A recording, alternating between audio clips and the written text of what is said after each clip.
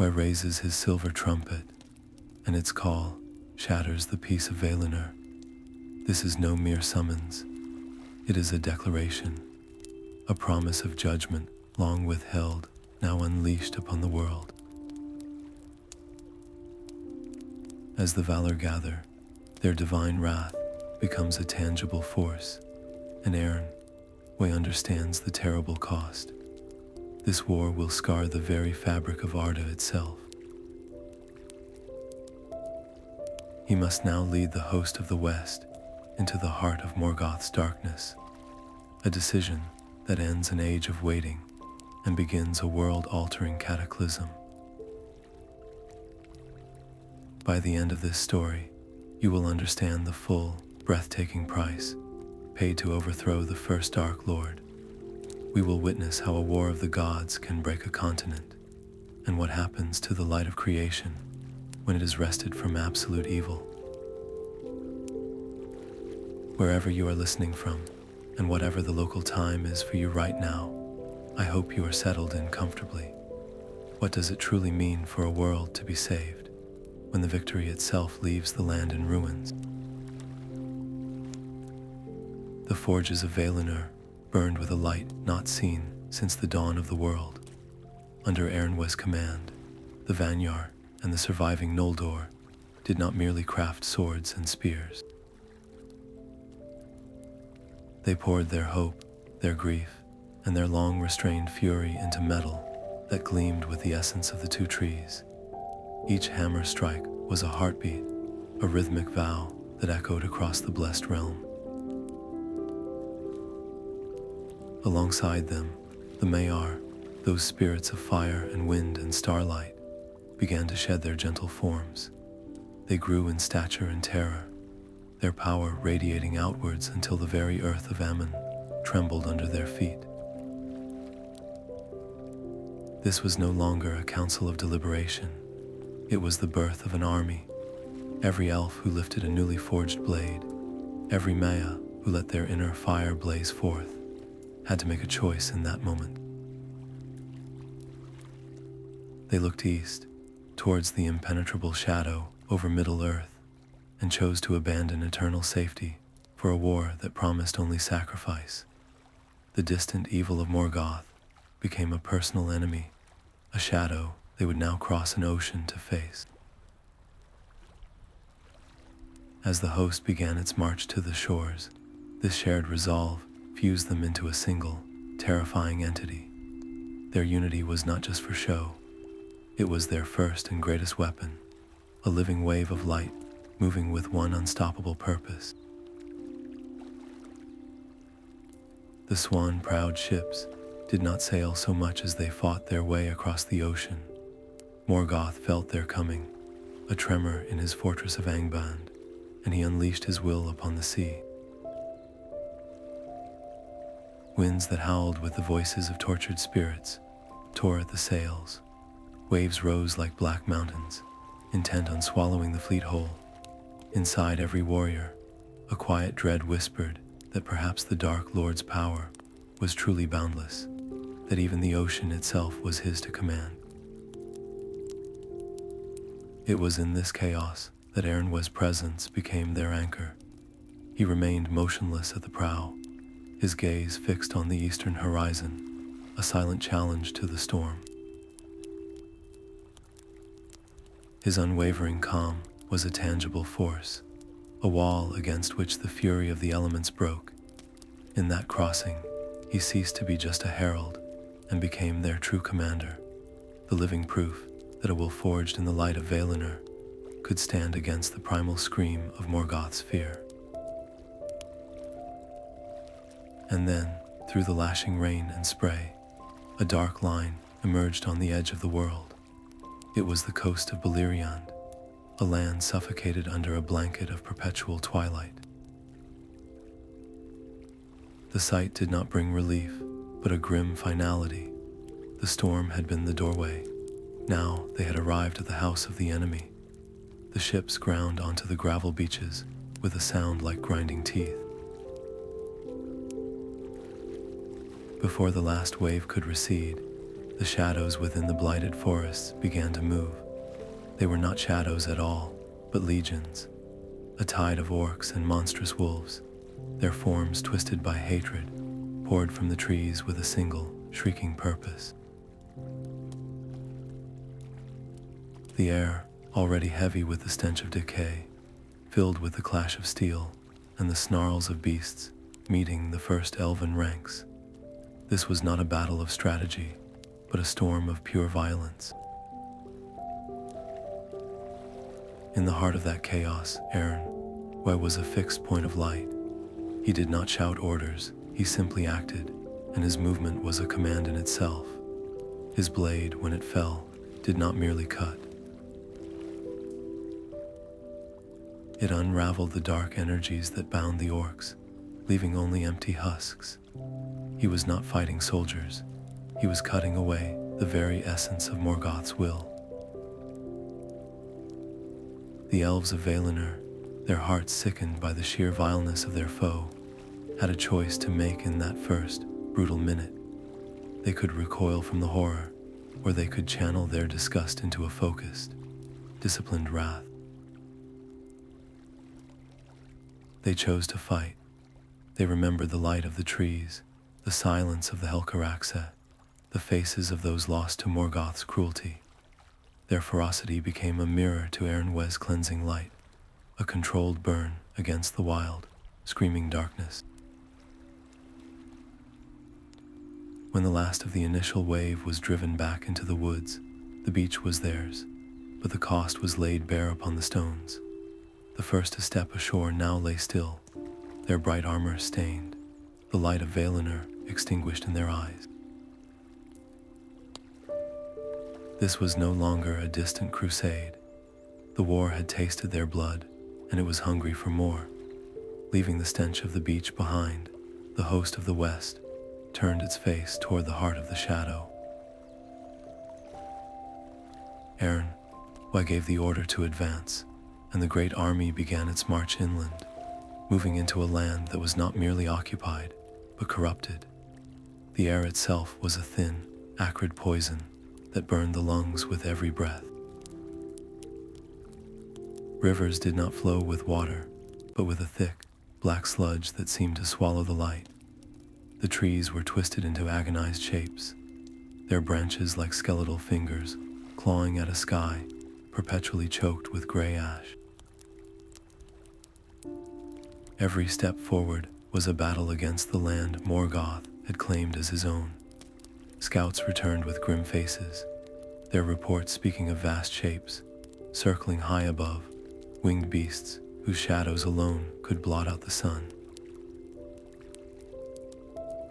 They were the first rumors of the dragons, Morgoth's ultimate terror, waiting in the fouled heavens. Eönwë listened, his gaze sweeping across the open plains that lay directly in their path. An open march there would make them a perfect target, a feast for the winged fire from above. So he made a choice, a tactical gamble that would define their entire campaign. He ordered the host onto a more difficult route, one that wound through treacherous canyons and beneath the cover of diseased but dense forests. It was a decision that saved them from immediate annihilation, but it came at a heavy price. Their progress slowed to a grueling crawl. Each day, the shadow of Thangorodrim, the triple-peaked mountain that was Morgoth's throne, grew larger on the horizon. It was a constant, taunting reminder of their goal, a dark star pulling them forward even as the hostile land tried to swallow them whole. How do you maintain hope when the very ground under your feet wants you dead, and your only safe path is also your slowest road to ruin? The canyons finally gave way to the blasted plains before the Gates of Angband. There, the true scale of Morgoth's defiance stood revealed. Not one fortress, but a chain of them, immense structures of black iron and fused stone, barred their path. These were the outworks, the first and mightiest ring of his defense, manned not by mere orcs, but by horrors from the dawn of time. Balrogs, beings of shadow and living flame, walked the battlements, their whips of fire cracking against the darkened sky. Trolls of a size and strength never before seen hefted blocks of stone, their dull eyes glowing with a malicious green light. Eärendil knew a direct assault would be suicide. Instead, he ordered a siege, a grinding, brutal process of containment and pressure. Day after day, the host of the West threw itself against those impossible walls. Ladders were cast down in showers of splinters and elven bodies. Siege towers were set ablaze by Balrog fire, becoming towering pyres that illuminated the nightmare landscape. The air was thick with the screams of the dying and the triumphant roars of monsters. Eönwë was everywhere, a brilliant but grim figure directing the assaults, his voice a clear command cutting through the din. He was a master of war, but he was fighting an enemy who had spent ages perfecting the art of defense. Progress was measured in inches, paid for in rivers of blood. The righteous fury that had carried the host across the ocean began to curdle into a desperate, weary frustration. How long could they bleed against these walls before their hope was utterly spent? It was this desperation that birthed a reckless, pivotal act. Under the cover of a moonless night, a company of Vanyar, their patience shattered by the sight of their fallen kin, launched their own assault on a secondary gate. Their blades were swift and silent, their fury a white-hot force that overwhelmed the guards. They breached the gate, their war cries echoing into the fortress's dark throat. But their triumph lasted only a moment. The gate slammed shut behind them, a trap sprung. They were cut off, surrounded in a killing ground, the shadows around them blooming with the fire of Balrogs. From his command post, Eönwë saw the flicker of their doomed fight through the gate's narrow windows. He faced an impossible choice. To hold his reserves was the strategically sound decision, to preserve his strength for the final push. But to abandon the Vanyar to their fate was to betray the very light he served, to sacrifice their brightest flame to the darkness. In that heartbeat of decision, strategy warred with compassion. With a single, sharp command, he committed his reserves. The ensuing battle was a maelstrom of chaos and sacrifice. The rescue force fought with a ferocity born of necessity, carving a path of pure carnage to reach their trapped comrades. They succeeded, pulling the last of the Vanyar from the jaws of death, but the cost was staggering. The elite warriors he had saved for the assault on Angband itself were decimated. As the sun rose, it illuminated a grim victory. The outer defenses were finally, irrevocably broken, the gates shattered, and the walls scarred and silent.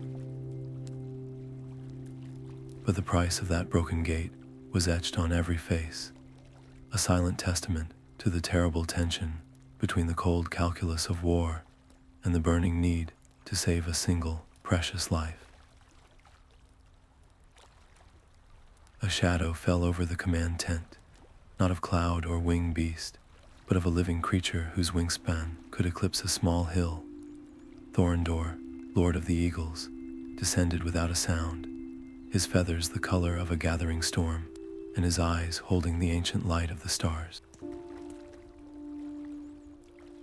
He settled before Eönwë, and in that moment, the herald of the Valar stood not just as a commander of armies, but as a potential partner to the oldest free power of Middle-earth. Eärendil's voice was not spoken, but formed in the mind, a cascade of images and sensations. He showed Eärendil the secret paths through the mountains, the mustering grounds of troll legions hidden in deep valleys, and the lumbering flight patterns of the lesser dragons, their routes patrolling the skies above Angband. This was not just a report, it was a map of Morgoth's mind, a strategic gift of immeasurable value, yet to accept it was to make a profound choice. Eönwë, whose authority came directly from the gods, now had to place his trust, and the fate of his entire host, in the will of a being who served no master but the wind and the sky. His decision would ripple far beyond this single battle, binding the divine intervention of the West to the enduring spirit of the world itself. He looked into the eagle's piercing gaze and nodded. The alliance was forged. With the great eagles now his scouts, the very heavens became an extension of his command. Their keen eyes pierced the perpetual gloom, relaying the movements of the enemy in real time. No orc battalion could march unseen. No new terror could crawl from its pit without a shadow passing overhead. This intelligence allowed Eönwë to move his forces with a new, terrifying precision. He avoided ambushes he could not have known about and struck at Morgoth's supply lines with the unerring aim of a surgeon. The host, which had been grinding forward blindly, now moved with purpose, its path cleared by the lords of the air. But this new advantage came with a heavier burden. Every piece of information, every life saved by an eagle's warning, wove the fate of the Valar more tightly with the fate of Middle-earth. This was no longer a cleansing fire sent from across the sea. It was becoming a shared struggle, a war for the very soul of the world, and its outcome would echo in every forest and mountain peak for ages to come. How do you weigh the immediate salvation of your army against the eternal entanglement of its destiny? From the shadowed hills they came, not as a conquering army, but as a ragged procession of the broken. They were the Edain, men who had suffered for generations under the shadow of Morgoth, their spirits worn thin by despair. Their leader, a man named Borlach, stood before Eönwë with eyes that held the memory of countless horrors, his voice a raw plea for vengeance and a chance to strike back at the Dark Lord. He offered their knowledge of the land and their strength of arms, however feeble it seemed beside the gleaming host of the West. It was a moment of profound hope, a chance to unite the free peoples against a common foe. Yet as Borlach spoke, Eönwë's most trusted lieutenants murmured their doubts. These were not the Eldar, whose hearts were as clear as starlight. These were men, they argued, creatures of fleeting passions and fragile loyalties, easily twisted by promises or fear.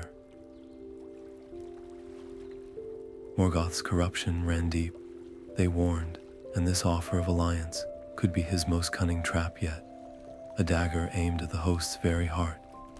Eönwë stood at the crossroads of strategy and suspicion.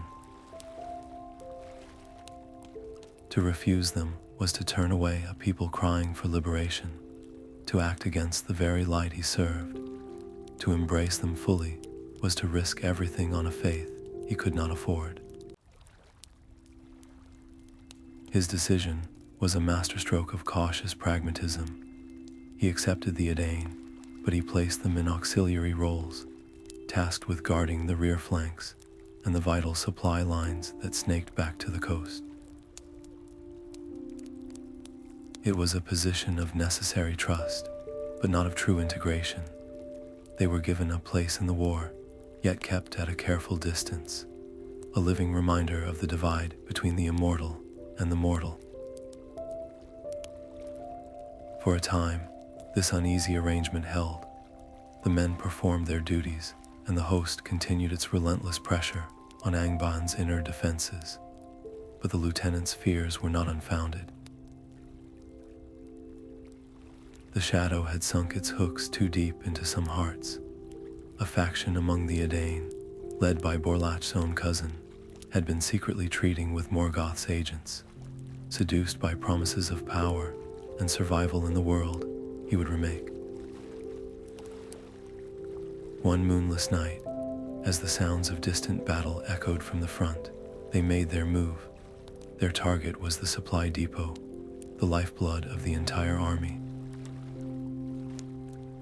Fires were set among the grain stores, and wagons laden with weapons were sabotaged, their axles sawn almost through.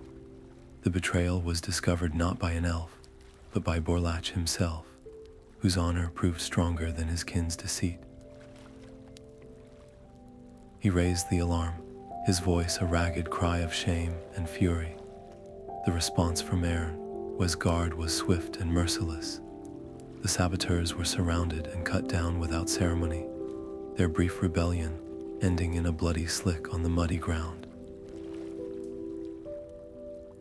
The camp was secured, the fires extinguished, but a far more dangerous spark had been lit. The trust that Eönwë had so carefully extended now lay in ruins. His own warriors looked upon all men with new, hardened eyes, their previous pity replaced by a cold and simmering suspicion. The war against the obvious monster at the gates had just been complicated by a far more intimate enemy, one that had smiled and walked among them.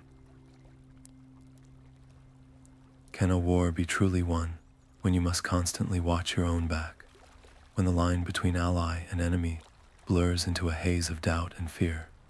Suspicion was a poison, but necessity was its only antidote. Eärendil knew the host of the West, for all its divine power, was not enough. The betrayal by some of the Edain had fractured their trust, but it could not be allowed to fracture their purpose. He looked beyond the immediate siege, his gaze turning towards the mountains that framed the western edge of the land. There, in the deep stone halls of the Eärendil, lived a people who had remained neutral, their strength untapped, and their loyalty unbroken. He dispatched his most silver-tongued emissaries, not with demands, but with a simple, stark truth. If Morgoth triumphed, no hall, however deep, would remain safe. No anvil would ring free again. The war had come for everyone. The dwarf Lord Azaghâl received the emissaries not in a throne room, but before his personal forge, the heat of the coals glinting in his fierce, dark eyes. He was a warrior who had fought his own long war against the dragons and orcs that infested his mountains, and he listened to the plea with a stony face. He cared little for the high politics of gods and elves, but he understood an unbreakable oath and a worthy enemy. When Eönwë himself came to negotiate, he did not offer gold or land. He offered a pact of mutual protection, a vow that the strength of the West would stand with the dwarves as their own. It was a promise that resonated with Azaghal's unshakable code of honor. After a long silence, broken only by the hiss of the forge, the dwarf lord gripped Eönwë's forearm in a grip of iron. The alliance was sealed not with a flourish, but with the grim certainty of a pact between soldiers. Soon after, the ground began to tremble with a new, rhythmic beat. From the mountain passes they came, the dwarves of Belegost, a solid wall of muscle and mail. Their armor was not gleaming silver, but burnished steel, etched with runes of power and defiance. Their axes were not elegant, but brutally efficient, designed to hew stone and shatter bone with equal force. They fell into line beside the elven host, a stark and powerful contrast. The elves, with their fluid grace and songs of ancient light, now marched alongside these stout, silent warriors whose very steps seemed to root them to the earth. The air, once filled with the singular purpose of the West, now hummed with a deeper, more grounded energy. This was no longer a divine intervention. The war for Beleriand had become a true union of the free peoples, a final, desperate stand where the light of the heavens met the unyielding strength of the mountain. How much more can a world bear when the hope of its salvation rests not on one army, but on the fragile, newfound trust between two ancient races who have never before fought side by side? The path to Angband was barred by the Iron Mountains, a jagged wall of stone where Morgoth had concentrated his most terrible engines of war. Siege towers of black iron, manned by legions of orcs, lined the high passes, and the air shimmered with the heat of fire drakes coiled on the cliffs above. A frontal assault would be a slaughter, feeding entire companies into a meat grinder of flame and steel. Eönwë and Azaghâl stood before the map of the mountains, their strategies a stark contrast of light and earth. The plan they forged was a desperate gamble built on a single, fragile element: trust. Eönwë would lead the main host in a thunderous, diversionary attack straight up the central pass, drawing every eye and every horror onto his gleaming ranks. It was a role of pure sacrifice, a blaze of light meant to blind the enemy.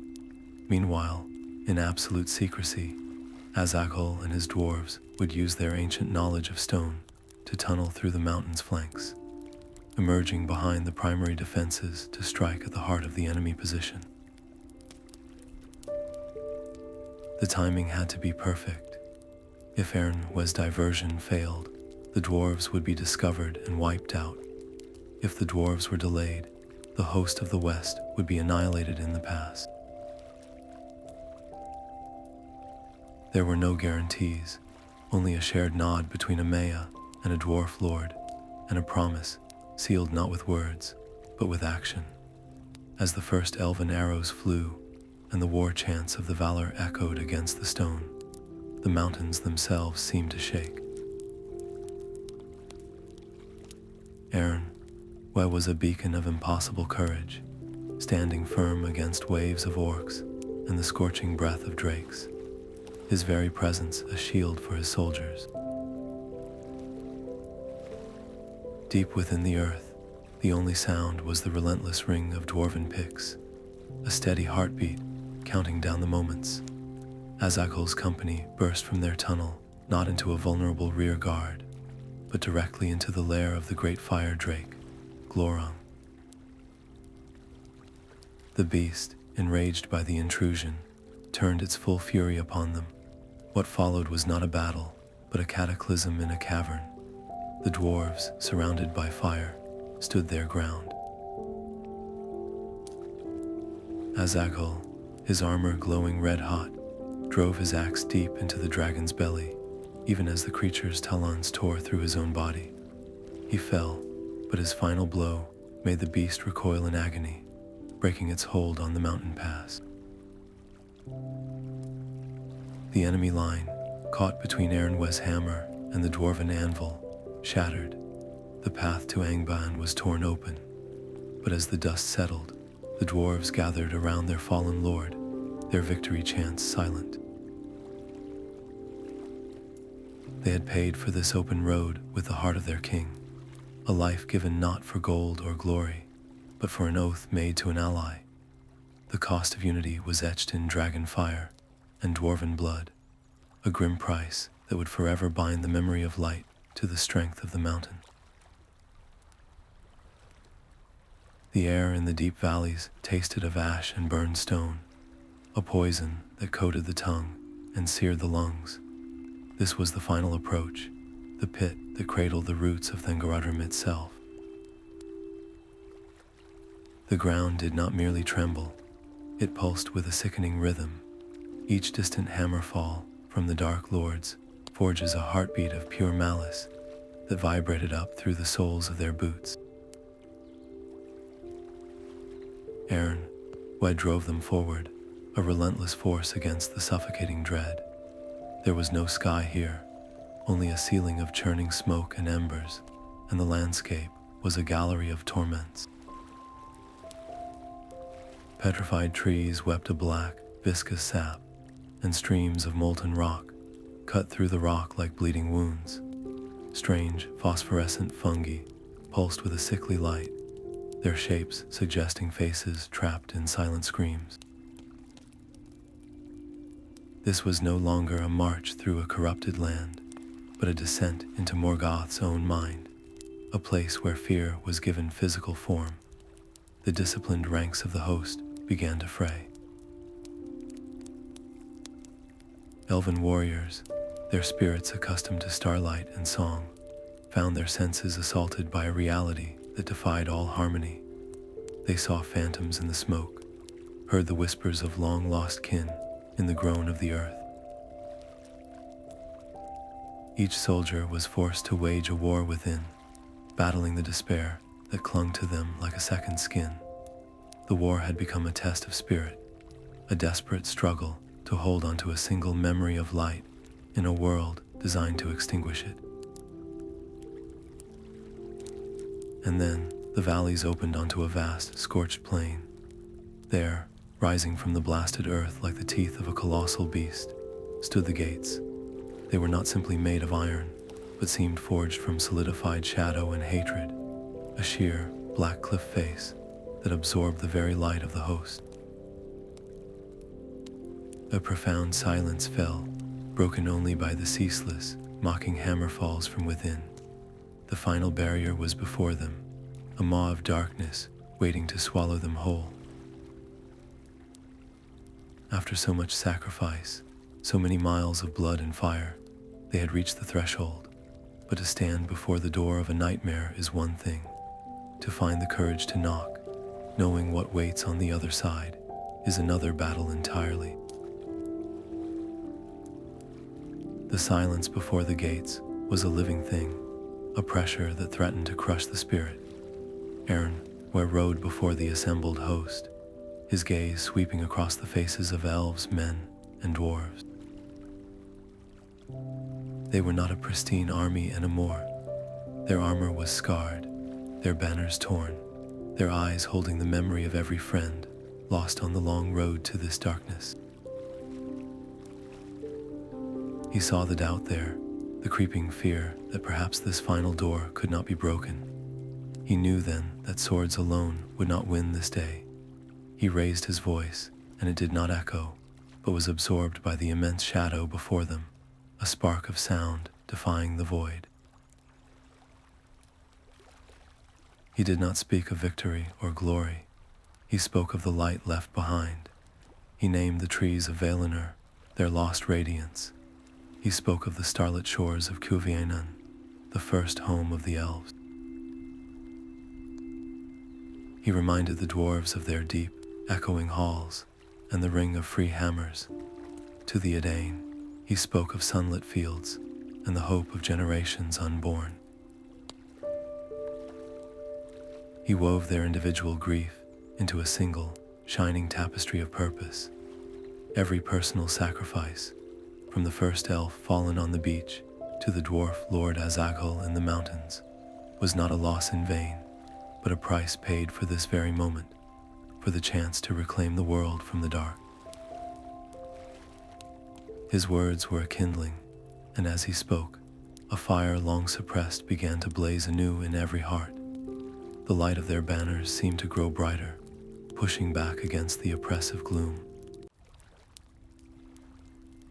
As one, they lifted their swords and axes, and the sound that rose from them was not a cheer, but a vow, a single note of defiance that finally made the black iron of the gates seem less absolute. The storm was coming, and they were ready to become the lightning.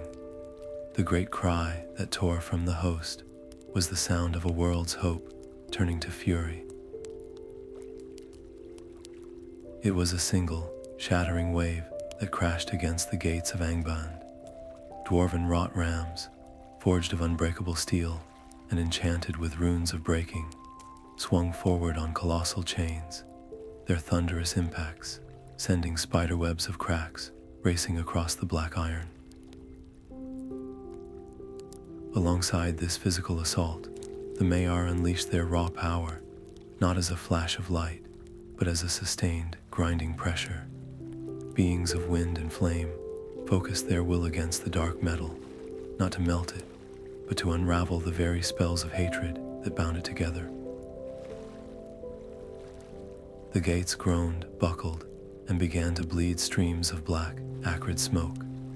From a rent in the tortured metal, a figure of pure fire and shadow emerged. It was a Balrog, but unlike any they had yet faced. Its whip of many thongs cracked with the sound of breaking mountains, and the fire of its mane scorched the air itself, forcing even the bravest warriors to shield their eyes. It was a guardian of the threshold, a final, sentient lock upon the door. Eönwë met its charge without hesitation. Their duel was not a clash of two warriors, but of two opposing concepts. The Balrog was chaos, rage, and the consuming fire of ruin. Eönwë was order, purpose, and the enduring light of creation. His blade, Glorfindel, moved with a speed that defied sight, parrying strikes of the fiery whip and turning aside a sword of molten shadow. But this foe was ancient, its strength drawn from the same primordial depths as his own. He realized he could not win this battle through skill alone. The Balrog's power was a tide, and it was slowly, inexorably, pushing him back. In that moment of understanding, Eärendil made a choice that would cost him a part of his very being. He reached deep within himself, to the core of his divine essence, and he let it flow into his blade. Glorfindel did not merely glow, it became a sliver of concentrated starlight, a fragment of the original music of the Angainor given physical form. When he next struck, he did not cut the Balrog, he unraveled it. The creature of shadow and flame came apart like a tapestry consumed by its own threads, its form dissolving into a shrieking wind of nothingness that was swiftly swallowed by the oppressive silence. A profound weariness settled into Eönwë's limbs, a hollowing out that was more than physical exhaustion. He had sacrificed a measure of his immortality, a portion of his innate power, to break the lock. But as he stood there, breathing heavily before the sundered gate, his act of ultimate sacrifice became the host's ultimate inspiration. A roar louder than any ram's impact surged from the army. Seeing their commander spend his own divine light to clear their path ignited a fervor that no fear could quench.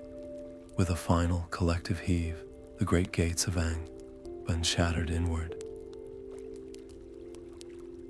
The heart of darkness was breached, and a flood of determined light poured into the tunnels below, a river of vengeance flowing into the belly of the beast. What waits for an army of light in a labyrinth built by the first Lord of Lies? The tunnels of Angband were a throat swallowing them whole, a labyrinth of choking fumes and echoing screams. Eönwë led the push, a single point of light in the suffocating dark, his presence the only compass his warriors could trust. They fought through galleries where the walls were woven from tormented spirits, and across bridges that spanned bottomless pits of whispering shadows. Every step was a battle against the architecture of despair, but the light of the host, though battered, would not be extinguished. It pressed onward, drawn by a terrible, beautiful beacon ahead. A faint, crystalline radiance began to pulse through the gloom, a light that held all the colors of the lost trees. It was the Silmarils, that pure light, stolen and set as trophies in the filth of this place, pulled them forward with a mix of yearning and revulsion. They burst at last into a cavern, so vast its ceiling was lost in a haze of smoke and malice. This was the throne hall, and there, upon a dais of fused weapons and bones, sat the source of all the world's grief. Morgoth Boglier. He did not stand to greet them. He unfolded, his armored form a mountain of black iron and shadow, and the chamber seemed to shrink around his presence. The Silmarils blazed upon his crown, their holy light a prisoner to his utter contempt. The air grew thick and heavy, pressing down on the warriors like a physical weight. Here was not a commander or a general, but the first and greatest enemy, a void of will that had sought to unmake the song of creation itself. The ensuing clash was not a battle of swords alone.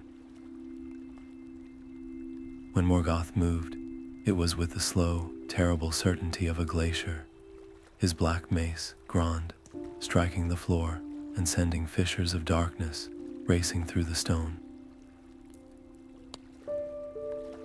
Eönwë and his champions met him, their attacks like sparks against an anvil. A dwarven axe shattered on his greave. An elven blade was snapped in his gauntleted fist. Their valor was undeniable, their skill unparalleled, but they were fighting a force of nature. Morgoth's power was not just in his strength, but in the absolute nihilism he projected, a wave of despair that sought to convince every heart that their fight was meaningless, that light was a fleeting accident in an eternal dark. Eönwë, locked in a shattering parry, felt the truth of it. His own divine light strained against the crushing, ancient hatred. He saw his champions thrown back, their finest blows glancing off the Dark Lord's form. To stand and die here, in a blaze of feudal glory, would be to grant Morgoth his final victory. In that terrible moment, the herald of the Valar made the most humbling decision of the war. He gave the order to retreat. It was not a cry of defeat, but a clear, strategic command to fall back, to regroup. The host disengaged, fighting for every inch as they withdrew from the throne room, the mocking laughter of Morgoth echoing in the hellish chamber. They had faced their god, and they had been found wanting. What do you do when you finally meet the enemy you have crossed a world to fight, only to discover that your courage, your skill, and even your divine purpose are simply not enough? The laughter of the Dark Lord was a physical force, a wave of despair washing over the retreating host. But then, a new note entered the cacophony of the deep. A faint, silver light began to filter down through the smoky haze of the cavernous ceiling, a radiance utterly alien to the corrupted air of Angband. It grew steadily, piercing the gloom not with the harsh glare of battle, but with the pure, gentle light of a star seen through clear water. Every eye, elf, man, and dwarf, was drawn upward. Through a great fissure in the mountain's crown, they saw it. A ship, wrought of wood that seemed spun from moonlight, sailed the heavens as if the sky were its ocean. And upon the brow of its mariner, Eärendil, blazed the Silmaril, its light undimmed and finally free. This was no weapon of war. It was a reminder, a sign that beyond this crushing darkness, there was still a world of beauty and hope, a cosmos that had not forgotten them. In that singular, breathtaking moment, Morgoth's spell of despair shattered. Eönwë felt the shift in the very air, the crushing weight of nihilism lifting from his warriors' hearts. He saw not just hope rekindled in their eyes, but a righteous, furious wrath. He raised his voice, and it was no longer the command of a general, but the cry of a herald announcing a new dawn. He did not need to order the charge. He simply gave their fury a direction. With a roar that shook the foundations of Thangorodrim, the host of the West turned and surged back toward the throne. This was no longer a tactical engagement. It was a crusade reborn, its every sword stroke now blessed by a light from the heavens. The war had escalated beyond a clash of armies. It had become a cosmic struggle, where the fate of every elf and every man was now woven into the tapestry of the stars themselves. How do you fight when hope itself descends from the sky to stand with you? The divine light of Eärendil's star blazed through the cavern, but the shadow had one more champion to throw into the fray. As the host of the West pressed its renewed assault, a figure of terrible majesty emerged from a side passage, cloaked in an aura of dread and terrible beauty. This was Sauron, the Lord of Werewolves, Morgoth's most cunning and powerful lieutenant. He was a Maiar like Eönwë, but he had twisted his own divine gifts into instruments of domination and despair. He did not raise a sword, but instead unleashed a wave of pure will, a force meant to paralyze the advancing armies with visions of their own inevitable failure. It was an attack on the spirit, a final, desperate enchantment to break their resolve. Eönwë met this assault not with a blade, but with his own indomitable presence. He stood as a bulwark, his own will forming a shield of clarity that shattered the illusory horrors, revealing them as mere phantoms. The real battle between them began then, a silent, invisible war of opposing songs. Sauron's power was a symphony of control, a complex and seductive melody, promising order through absolute power.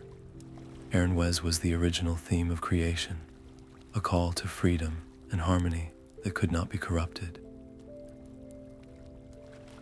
The very air between them crackled with this contest, stones lifting from the ground and hovering as the two immense spirits strained against one another. Sauron, realizing his sorcery was failing, finally drew a blade of black fire, and the duel became physical. He was a formidable warrior, his every move calculated to kill not just the body, but to extinguish the light within. Yet for all his ferocity, he was fighting a being who was purity of purpose incarnate.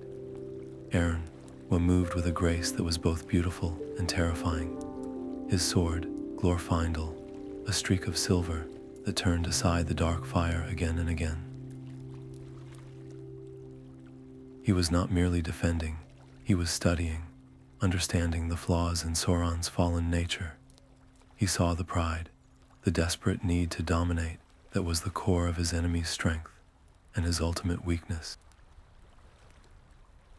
In a final, brilliant motion, Eönwë disarmed him, his blade sweeping forward to rest at Sauron's throat. The fallen Maiar was utterly defeated, his physical form at the mercy of his conqueror. Every instinct of war screamed for a final stroke to end this threat forever. But Eönwë was more than a warrior. He was a herald of the Valar, bound by their laws and their profound, often difficult, sense of mercy. To utterly destroy a Maiar, a being born of the same thought as himself, was an act of utter finality that was not his to take. His purpose was to defeat Morgoth's rebellion, not to unmake the rebels themselves. So he did not strike the killing blow. Instead, he channeled his power into a single, concussive command of dismissal. The force of it did not pierce Sauron, but unraveled him. His beautiful, terrible form shattered like a clay pot, bursting into a cloud of black smoke and a fleeting, agonized shriek. His spirit, robbed of its physical vessel, fled into the shadows, too weak to take shape again for countless ages. It was a victory, a casting down of the greatest lieutenant of the Dark Lord. The armies cheered, their path to Morgoth now clear. But as that wisp of malice dissipated into the deep places of the world, a seed was sown. Eönwë had shown mercy according to the highest law, but he had also allowed a seed of evil to endure, a patient and brilliant hatred that would one day find new soil in which to grow. The immediate foe was broken, but the war for Middle-earth was far from over. It had merely been passed on, a debt of darkness left for future generations to pay. The light of the star and the fury of the host became an unstoppable tide. Morgoth, the mountain of malice, found his own despair turned against him. He had ruled through fear for ages uncounted, but now he faced a wrath forged in the very light he had stolen. Champions of the Eldar and Edain harried his legs, their blades finding the joints in his black armor, while the dwarves, with unbreakable resolve, shattered the foundations of his dais. He staggered, not from a single blow, but from 1,000 cuts upon his spirit and his form. The Silmarils upon his crown blazed with a searing intensity, as if their imprisoned light now revolted against its jailer, burning his brow. With a final, collective surge, they pulled the Dark Lord from his throne. He crashed to the floor of his own hall, the impact a seismic shock that threw friend and foe alike from their feet. The first and greatest enemy was brought low, not by a god in single combat, but by the united strength of all the peoples he had sought to enslave. Eönwë stood over the fallen titan, and from the air itself, he summoned the unbreakable chain, Angainor. This was no ordinary fetter. Its links were forged not in an earthly fire, but from the laws of existence, each ring a verdict, each clasp a seal of judgment. As Eönwë wrapped the chain around Morgoth's limbs and torso, he spoke the doom of the Valar. His voice was calm, devoid of hatred, which made its pronouncement all the more absolute. He stripped Morgoth of his stolen power, of his very form as a king of the world. The Dark Lord was shrunk and diminished, bound not just in metal, but in the unyielding truth of his own failure. This was the ultimate humiliation for a being of such pride, to be publicly reduced and trussed like a common beast by the herald he had once called a slave. Yet this cosmic justice, this necessary binding, came with a terrible consequence. The war had strained the fabric of Beleriand to its breaking point. With Morgoth's final fall, the land itself, which had been soaked in his evil for so long, could no longer hold its shape. The very ground began to groan and split asunder. Victory was theirs, but the price was the earth beneath their feet. The continent they had fought to save was dying in the moment of its liberation. What is the true cost of a perfect victory when the spoils of war crumble into the sea? The ground did not settle after Morgoth's fall. It screamed. A deep, grinding roar rose from the very roots of the world as the continent of Beleriand began to die.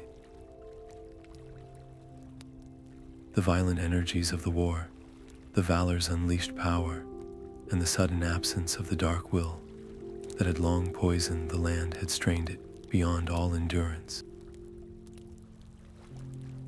The victory shout of the host turned to cries of alarm as fissures opened in the stone floor of the throne room, swallowing the bodies of the fallen and belching forth plumes of sulphurous steam. Eönwë did not hesitate. His command cut through the chaos, an order not of war, but of survival. Evacuate. Now, the word spread like a shockwave, transforming an army of conquerors into a tide of refugees. There was no time to gather trophies or mourn the dead properly. The only priority was flight. Elves, men, and dwarves who had stood shoulder to shoulder in battle now scrambled together through the shuddering tunnels, their hard-won battlefield becoming a death trap beneath their feet. They burst from the Gates of Angband to a scene of unimaginable upheaval. The plains were breaking apart like rotten ice, and to the west, a wall of water taller than the highest mountain was already visible on the horizon, a hungry, gray advance of utter oblivion. The sea was coming to claim its due. Every life saved in that frantic retreat was a testament to Eönwë's swift judgment, but every glance back was a lesson in the terrible price of their triumph. They had won the war, but the land they had fought for was being erased from the world before their eyes, its ruin the final, devastating echo of the Dark Lord's reign. The sky was not falling, the earth was. Eönwë stood on a promontory of rock that shuddered like a living thing, his gaze sweeping across a world coming apart at the seams. His army was now a scattered collection of survivors, and his command had shifted from conquest to salvation. He raised the great horn, its call no longer a summons to battle, but a beacon for the lost. The great eagles, answering his silent plea, descended from the smoke-choked heavens. Their immense shadows fell upon groups of elves and men huddled on crumbling islands of stone, and their talons, once weapons of war, became instruments of deliverance, gently lifting the stranded to safety. Down at the raging coast, the few remaining swan ships fought against the violent tides, their crews pulling drowning warriors from the churning water. This was a new kind of warfare, a race against the clock of a dying continent. Yet even with this vast effort, Eönwë's keen eyes spotted pockets of resistance, small bands of his warriors cut off and trapped in valleys that were rapidly becoming lakes of fire. To leave them was the safe, logical choice. To save them was to risk everything for a handful of lives. He did not hesitate. Rallying a company of his most steadfast Vanyar, he turned his back on the retreat and plunged once more into the hellscape. They fought their way through collapsing tunnels where the air itself was burning, and across plains of molten rock that swallowed the unwary. He found a company of dwarves, their backs to a sheer cliff, besieged by the very ground under their feet. He found a troop of Edain, their escape route severed by a new-born chasm. In each case, his arrival was a miracle, his calm presence a bulwark against the primal terror of the end. He was not just saving soldiers, he was saving the idea that every single life, forged in this struggle, held immeasurable worth. But this mercy came at a terrible cost. On one such sortie, the entire mountainside they stood upon gave way, a slow, grinding slide into the abyss. Eönwë and his company were nearly lost, saved only by a desperate, last-second leap onto a stable peak, a leap guided by the swift wings of Thorondor himself. The danger was absolute. Each life saved was a victory, but each rescue mission risked the very command structure of the host. How do you measure the value of a single soul against the stability of your entire force when the world itself is your enemy? The war against Morgoth had ended in a shattering victory, but this new fight, the fight for the survivors, would define the meaning of that victory for ages to come. The earth's violent tremors finally began to subside, leaving behind a world reshaped by ruin. In the relative safety of the receding highlands, where the waters had not yet claimed the shattered rock, Eönwë stood before the final, tangible fruits of their impossible victory.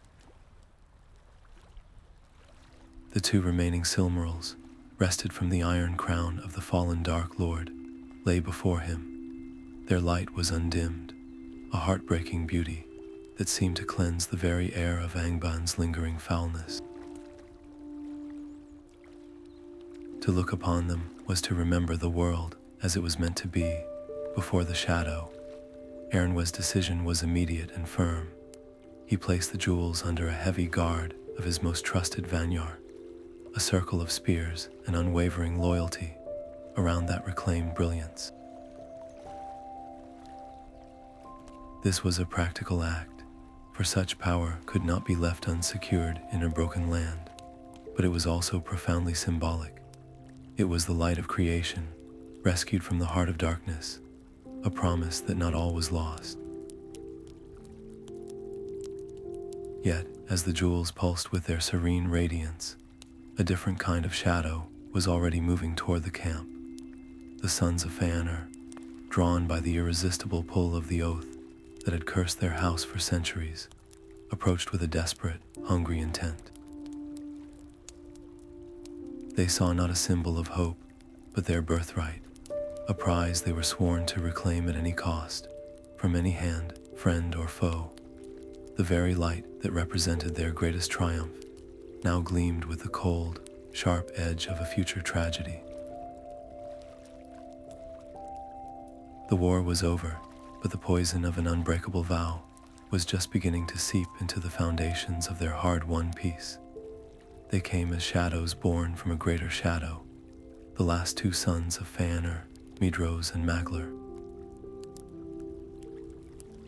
Their faces were etched with the grief of 6 brothers lost to their own terrible oath, and their eyes burned with a desperate, haunted light. They stood before Eönwë, not as supplicants, but as claimants, their voices raw as they demanded the Silmarils. They spoke of their father's creation, of a birthright stained with the blood of kin and innocent alike, a curse they could not escape. The two jewels pulsed on the velvet between them, their pure light a cruel mockery of the brothers' tormented spirits. Eönwë listened, and in his divine understanding, he perceived the entire tragic arc of their doom. He saw the chains of their own making, the pride that had festered into a self-destructive madness. Yet his duty was clear, bound by the higher laws of the Valar. He could not reward a path of murder and betrayal, no matter how poetic the claim. His refusal was not cruel, but it was absolute. The light of the Silmarils, he declared, belonged to all of Arda, not to the heirs of a broken house. It was a verdict of justice, a necessary line drawn against the chaos of selfish passion. But it was a verdict that completely ignored the human, or rather, the elven, heart. It did not account for a love so twisted it had become a form of torture, or for an oath that would burn its bearers from the inside out until nothing was left but the need to fulfill it. That very night, driven by a compulsion stronger than reason or fear, the brothers made their choice. Slipping past the vigilant guards with the skill of princes who had become outlaws, they stole into the heart of the camp. Their hands, which had fought so long against the external darkness, now closed upon the ultimate symbols of light, but the jewels themselves passed their own judgment. They would not be borne by hands stained with kin-slaying. The Silmarils seared the flesh of the brothers, a holy fire that rejected their touch, branding them with a physical agony to match their spiritual torment. The pain was a final, damning verdict from the very light they had coveted. Midrose, his spirit shattered beyond all repair, could bear the world no longer. In a final, desperate act to quench the fire within and without, he cast himself and his Silmaril into a gaping chasm of molten earth, a fitting pyre for his endless anguish. Maglar, the singer whose music had turned to lament, found a different end. He hurled his jewel into the roaring sea, a final, discordant note in the symphony of his life. Then he turned and walked away, not into death, but into an endless, lonely wandering, his burned hand a perpetual reminder of the price of his oath. The light was lost again, not to a dark lord, but to the world itself, swallowed by the elements. In that moment, a chilling truth settled over the survivors. They had defeated the greatest evil, only to witness a new kind of tragedy unfold from the ashes of their victory. The war had ended, but the capacity for sorrow, it seemed, was truly without end. The last echoes of the Silmarils tragedy had barely faded when Eönwë turned his attention to the living. He summoned the leaders of the Edain to a high place where the air was clean, far from the reek of sunken kingdoms. These men, who had stood with the host when hope seemed thinnest, stood before him now, their faces weary but their postures unbent. Eönwë's voice was not that of a conqueror doling out spoils, but of a steward fulfilling a sacred promise. He spoke of a gift, not of gold or land on the broken continent, but of an entire island raised from the sea by the Valar themselves. This was Eönwë, the land of the star, which men would call Númenor. It was to be their sanctuary, a kingdom set apart from the weariness of Middle-earth, a reward for their long loyalty in the face of darkness. Yet woven into this magnificent gift was a thread of profound caution. He instructed them in the ways of wisdom, in the arts of building and healing, of stargazing and shipcraft, but his final warning fell with the weight of prophecy. He spoke of the ban of the Valar, a single, simple rule. They were forbidden from sailing so far west that the shores of the undying lands would ever appear to their mortal eyes. This was not a punishment, he explained, but a protection. The doom of men was their gift, the mystery of death that allowed their spirits to pass beyond the circles of the world. To seek the undying lands was to envy a fate not meant for them, a pride that could only lead to a shadow greater than any they had yet faced. In that sublime moment, as he entrusted this new beginning to the second-born, Eönwë did more than found a kingdom. He planted a seed. He gave a mortal race power, longevity, and wisdom nearly equal to the elves, setting them on a pinnacle from which the only direction to fall was down. The war was over, but a new, more intimate drama was just beginning, its stakes nothing less than the soul of humankind. How do you wield a gift meant to uplift without letting it become the very weight that drags you into the abyss? The sea that had once raged against them now lay still and silent, a gray mirror reflecting a sky empty of both stars and smoke.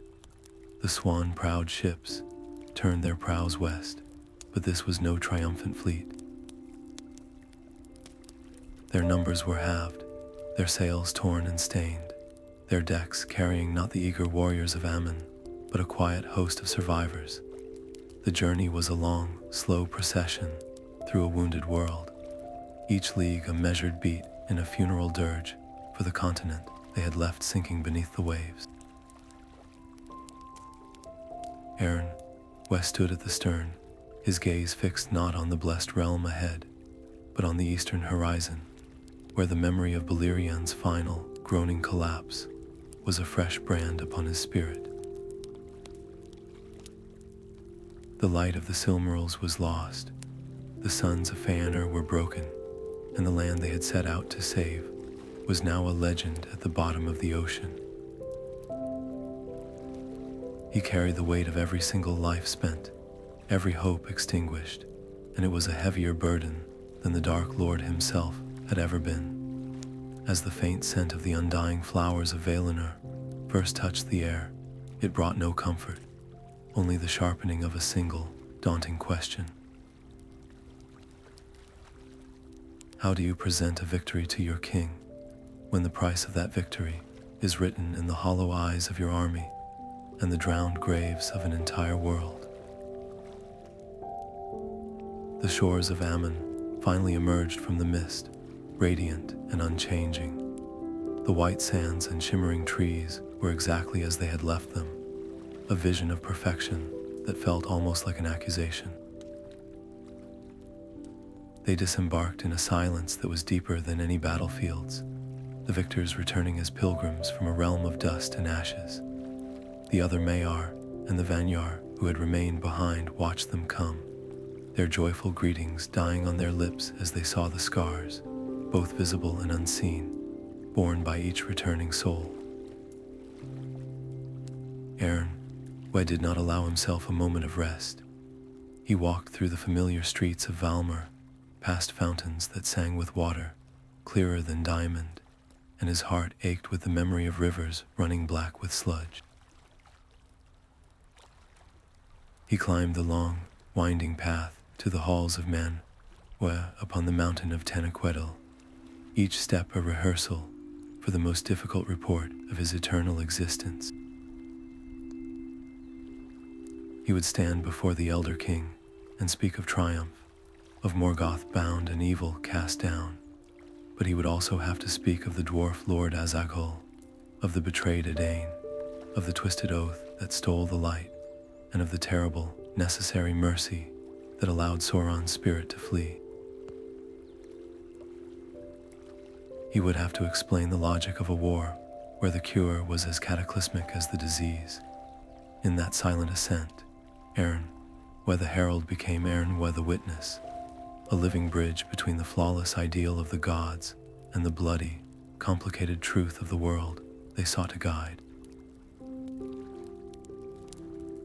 The peace of Valinor was real, and it would welcome him home, but it could never offer the one thing he truly needed: forgetfulness. The air in the Ring of Doom was so still it felt like crystal, amplifying the weight of every unspoken memory.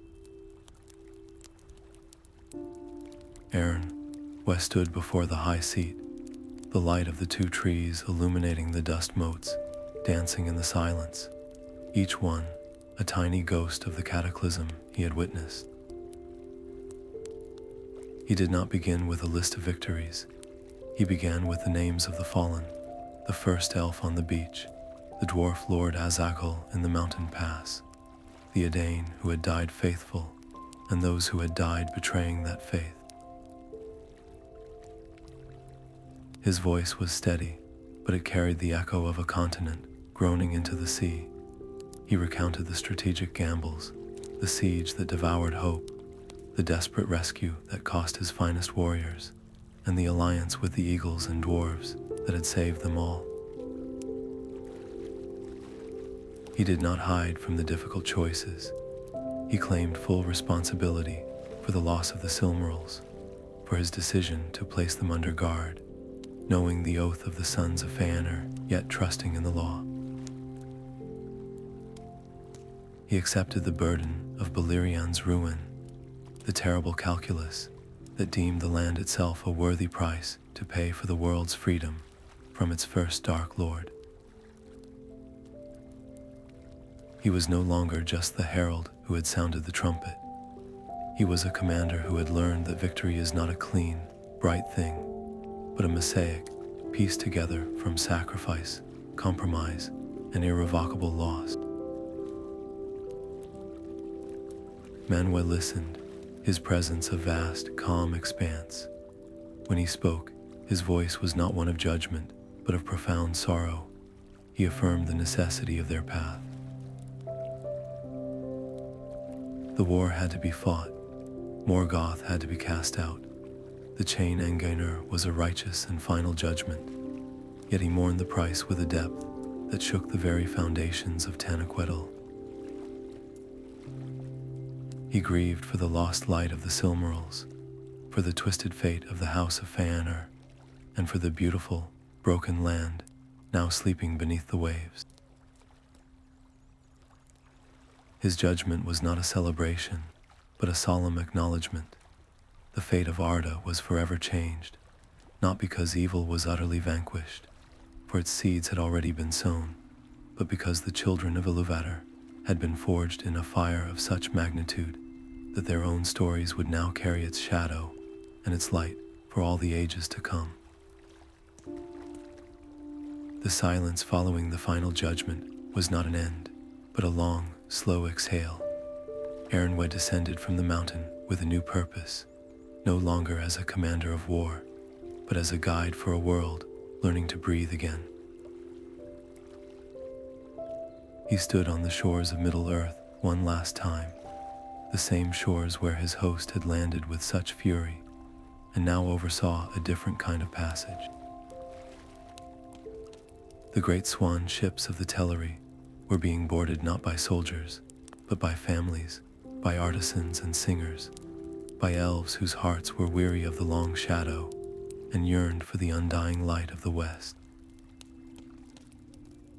It was a voluntary exile, a choice for peace, yet it carried the profound weight of a permanent farewell.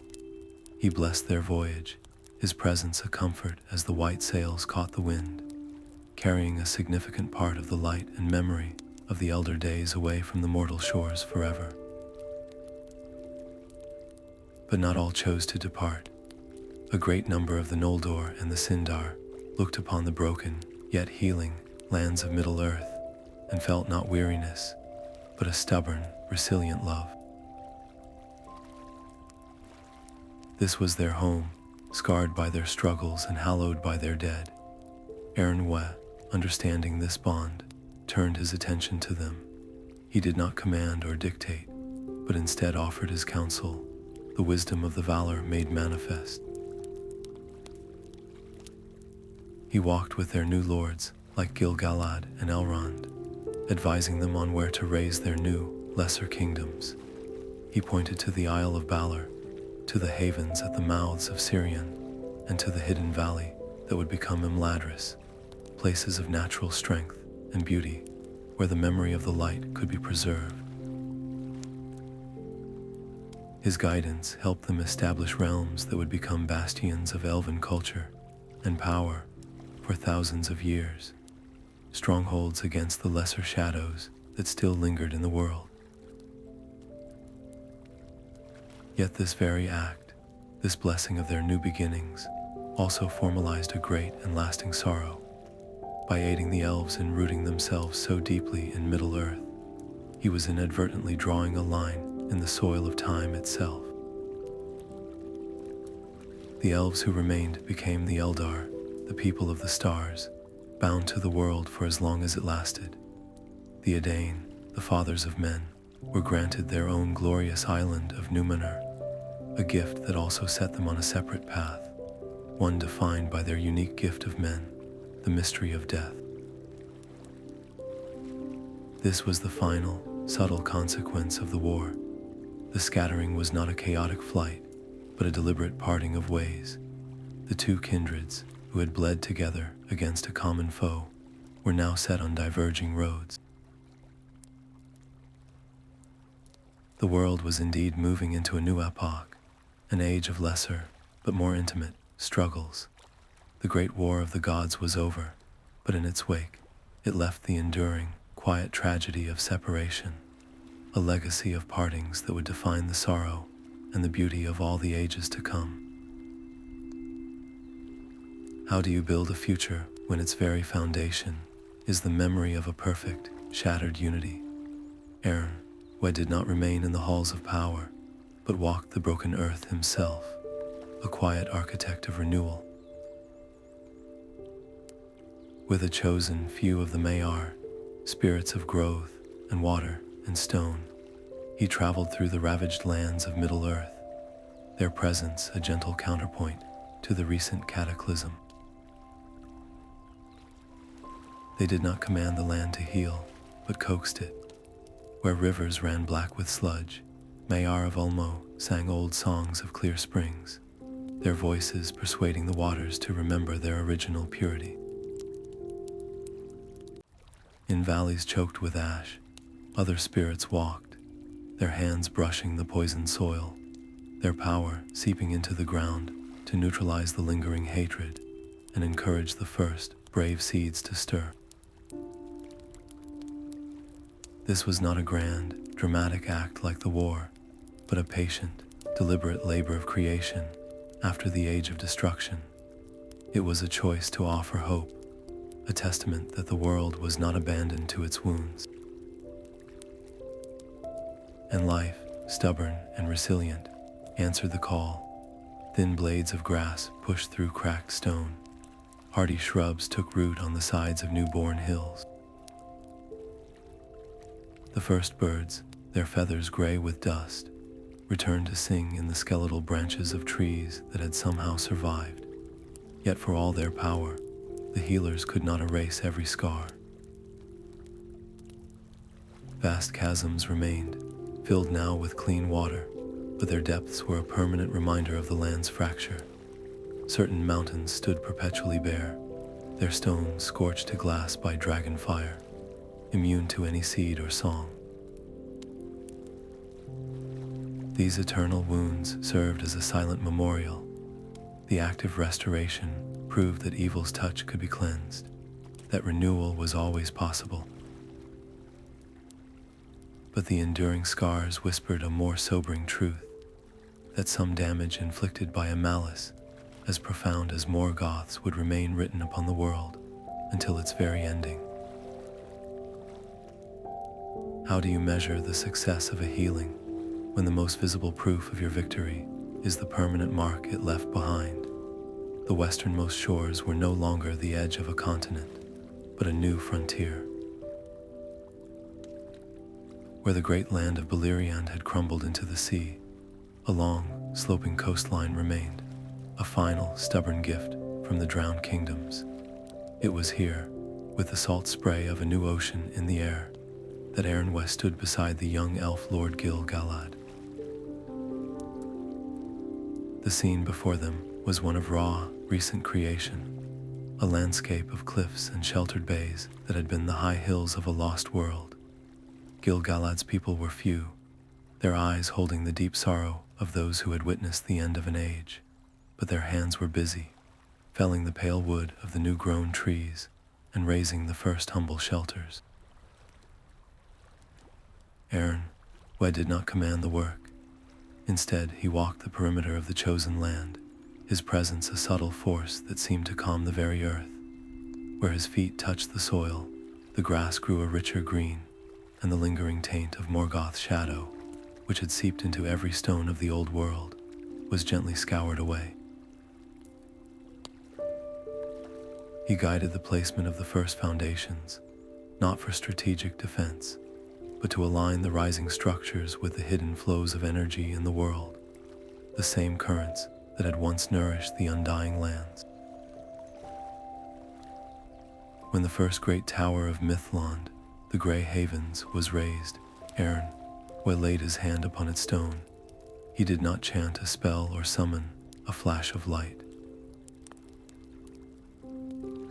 He simply bestowed a quiet blessing, a permanence of peace and protection that would sink into the mortar and the very bedrock below. This new realm would be called Lindon, the land of music, a name that held the echo of a gentler time. Its purpose was profound. It was to be a lasting sanctuary, a place where the High Elves could remember the light of the West without leaving the shores of Middle-earth. It would be a haven of memory and of song, but also, and this was the crucial part of Eönwë's design, a bastion. By establishing this beacon of light on the very edge of the world, he was not just offering refuge. He was planting a standard. He was creating something luminous and precious that would, by its very existence, demand defense. The future would not be a time of perfect peace, and he knew that the scattered shadows left in the world would one day be drawn to such a concentration of pure, elven light. In blessing Lindon, he was not just closing a chapter on the war. He was writing the first line of the next great story, a story where the elves would now be the guardians of the light, and their new, beautiful kingdom would be both their greatest treasure and their most vulnerable point. How do you build a home, knowing it will one day become a fortress? He stood before them not upon a dais, but on the same scarred earth they had all fought to save. The captains and allies gathered in a loose circle, a mosaic of the war's survivors. There was Gil-galad, his elven features sharp with new responsibility. There were the grim-faced chieftains of the Edain, and the stout dwarf lords who had lost a king. Eönwë's voice, when he spoke, carried no echo of divine command, but the quiet weight of shared experience. He did not list their deeds as a chronicler would, but named their sacrifices as a fellow soldier. He spoke of the dwarf lord Azaghâl, holding the line against the dragon, of the Edain who died faithful on the black beaches, of the countless elves whose light was extinguished in the tunnels of Angband. He looked at each of them, and in his gaze was the memory of every single one. Then he did something that held more power than any decree.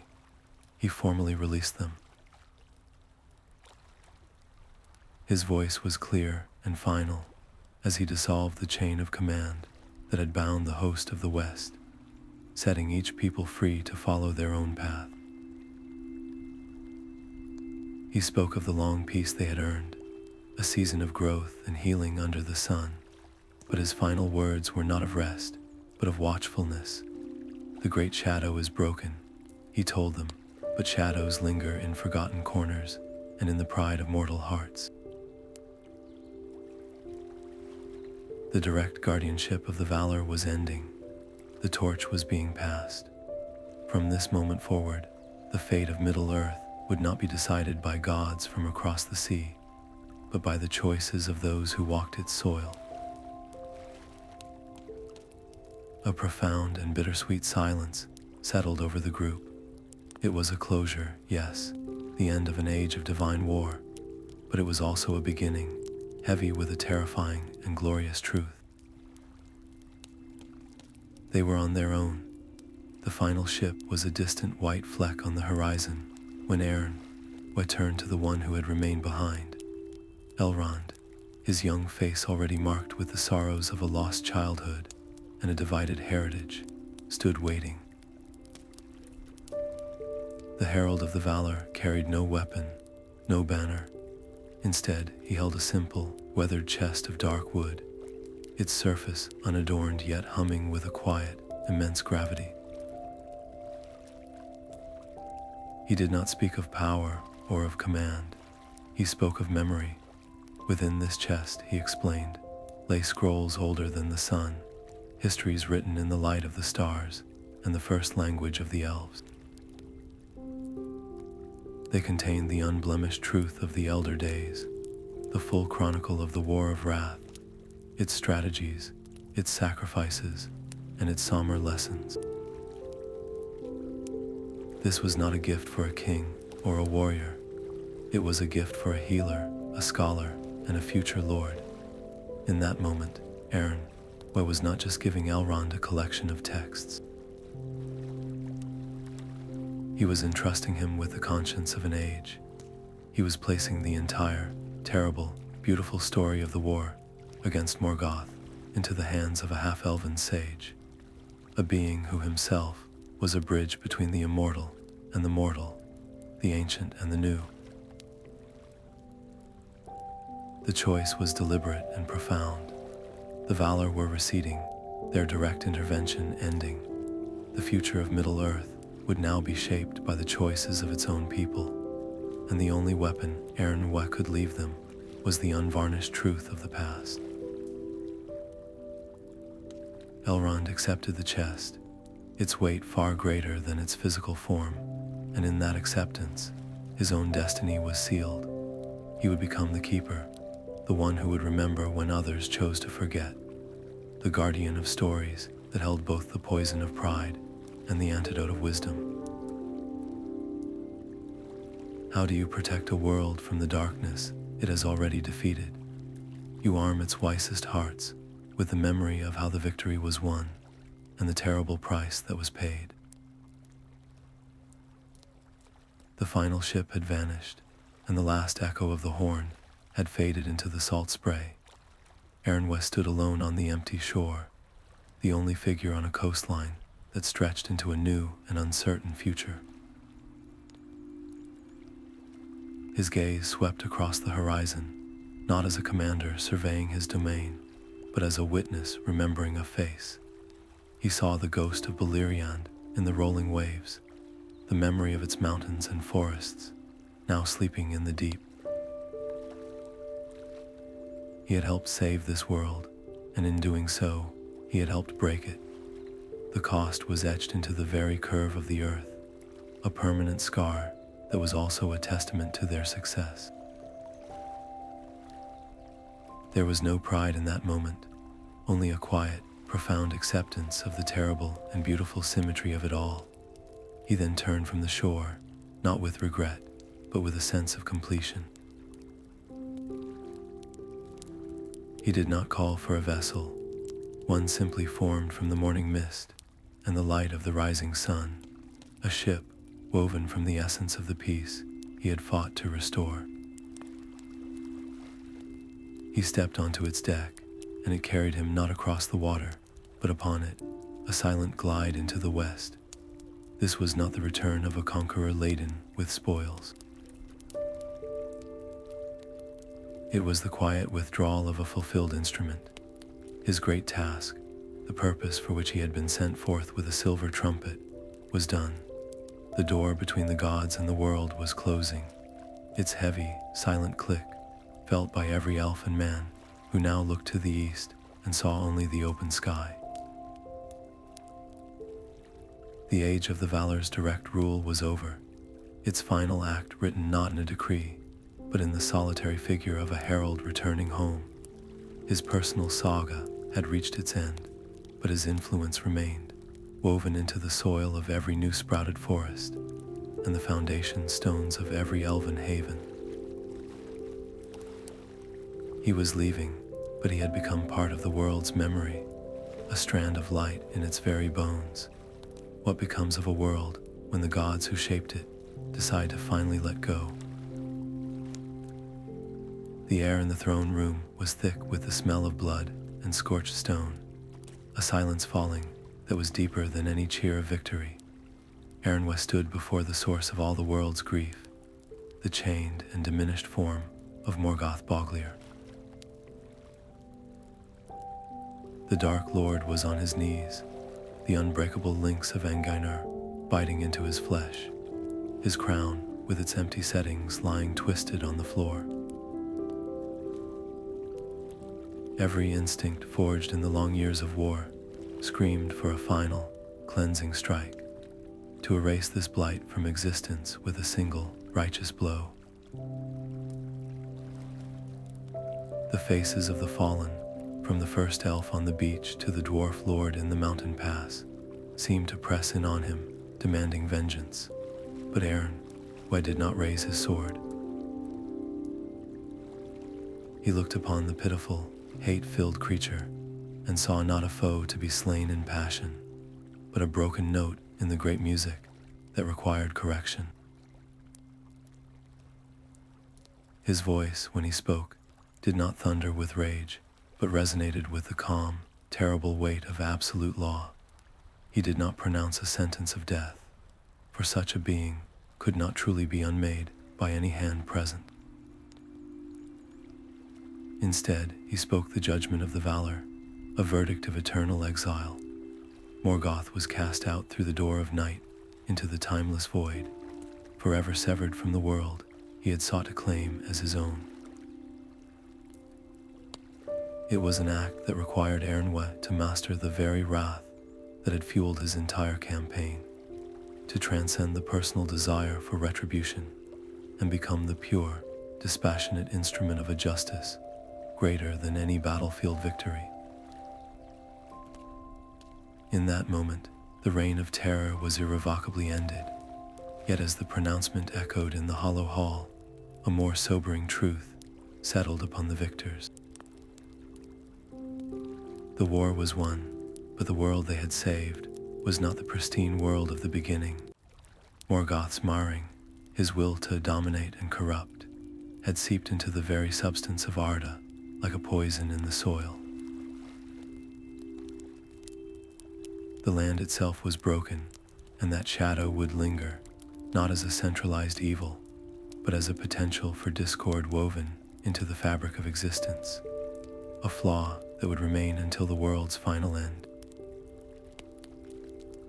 How do you measure a perfect victory when the enemy is gone, but his echo is now a permanent part of the song? The tranquility of Lorien was a balm, but it could not erase the memory of fire.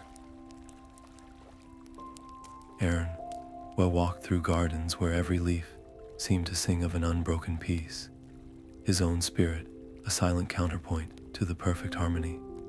The scent of night-blooming flowers hung in the air, a sweetness that somehow sharpened the recollection of ash and blood. He had returned to a realm untouched by time, yet he carried all of time's recent scars within him. He thought of the sunken lands, the beautiful, broken continent of Beleriand, and now a legend sleeping beneath the waves.